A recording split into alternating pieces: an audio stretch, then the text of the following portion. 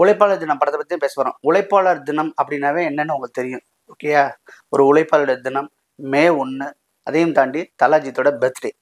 So இந்த மாதிரி சூழ்நிலை இந்த படம் ரிலீஸ் ஆச்சு. படம் டைட்டிலே வந்து பயங்கரமான ஒரு கேட்சியான டைட்டில், பயங்கர ஒரு பவர்ஃபுல்லான டைட்டில்.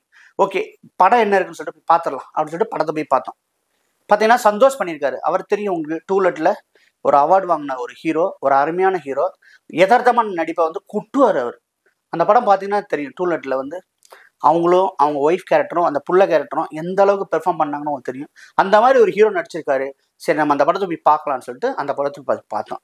படத்தை பார்த்தோம்னா ரொம்ப சுமாரான படம் தாங்க. படம்லாம் பெருசாக ஒன்றும் இல்லை, கழிவு ஊற்றுறதுக்கும் வேலை இல்லை, பட் ஆகும்னு சொல்லவும் முடியாது. படம் வந்து ஒரு ஆவரேஜான படம். ஓகேங்களா? என்னதான் பண்ணுறாங்கன்னு சொல்லிட்டு பார்க்கலாம்னு சொல்லிட்டு பார்த்தோம்னா, சிங்கப்பூருக்கு போகிறாரு அவர். அங்கே போய் என்ன பண்ணுறாருன்னு கேட்டிங்கன்னா, கஷ்டப்படுறாரு, வைக்கிறாரு, கொள்றாரு, திரும்ப ஊருக்கு வர்றாரு, திரும்ப போறாரு. அவருடைய ஆம்பிஷன் வந்து என்னன்னா, ஒரே ஒரு கடை வச்சிட்டோம்னா நம்ம இங்கே உட்காந்து அந்த கடை கட்டுறதுக்கு அவ்வளோ கஷ்டப்படுறாரு. இதுதான் அந்த படத்தோட கதை. சார், உழைப்பாளர் தினத்துல பிளஸ் என்ன மைனஸ் என்ன?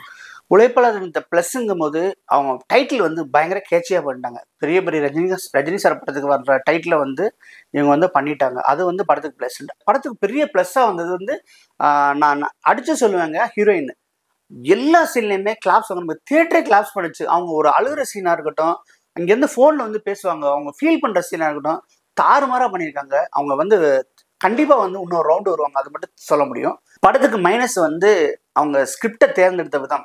எப்படி சொல்கிறீங்கன்னா, நம்ம படத்துக்குன்னு ஒரு பட்ஜெட் வச்சுருப்போம். இப்போ நம்ம அந்த கதை எழுதும் போதே இந்த பட்ஜெட்டுக்கு தகுந்த மாதிரி நம்ம கதை எழுதுனா தாங்க ஜெயிக்க முடியும். நீங்கள் வந்து கதையை ஃபுல்லாக எழுதி விட்டு பட்ஜெட்டை திரிகான் பட்ஜெட் வச்சுன்னா உங்களால் பண்ண முடியாது. இந்த படம் வந்து சிறந்த உதாரணமாகவே சொல்லலாம். நீங்கள் கதை எழுதியிருக்கீங்க, ஓகேங்களா? கதை எழுதும் போது இந்த கிராமத்துலேருந்து அவர் என்ன செய்கிறாரு, சிங்கப்பூர் போய் உழைச்சிட்டு வர்றாரு. ஓகே, படத்தோட பேர் என்ன? படத்தோட டைட்டிலே உழைப்பாளர் தினம். நீங்கள் என்ன செஞ்சுருக்கணும், உங்கள் உழைப்பை பூரா சிங்கப்பூரில் காமிச்சுக்கணும்.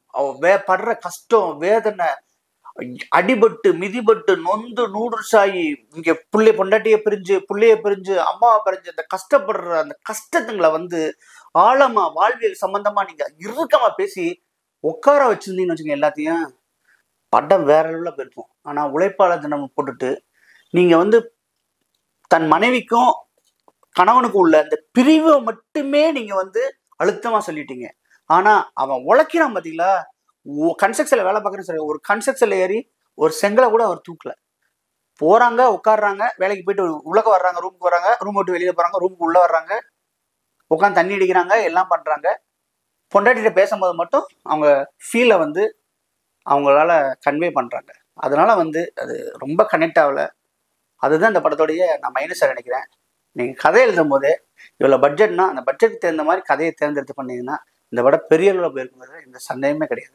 படத்துக்கு 10 மார்க்குக்கு எத்தனை மார்க் சார்? 10க்கு வந்து பார்த்தீங்கன்னா 6 கொடுக்கலாம். நம்ம ரஃபி தேட்டர் இந்த சேனலுக்கும் எல்லாரும் லைக் பண்ணுங்க, ஷேர் பண்ணுங்க, கமெண்ட் பண்ணுங்க, மறக்காம பெல் பட்டன் டக்குன்னு பிரஸ் பண்ணுவீங்க. Thank you, all the best.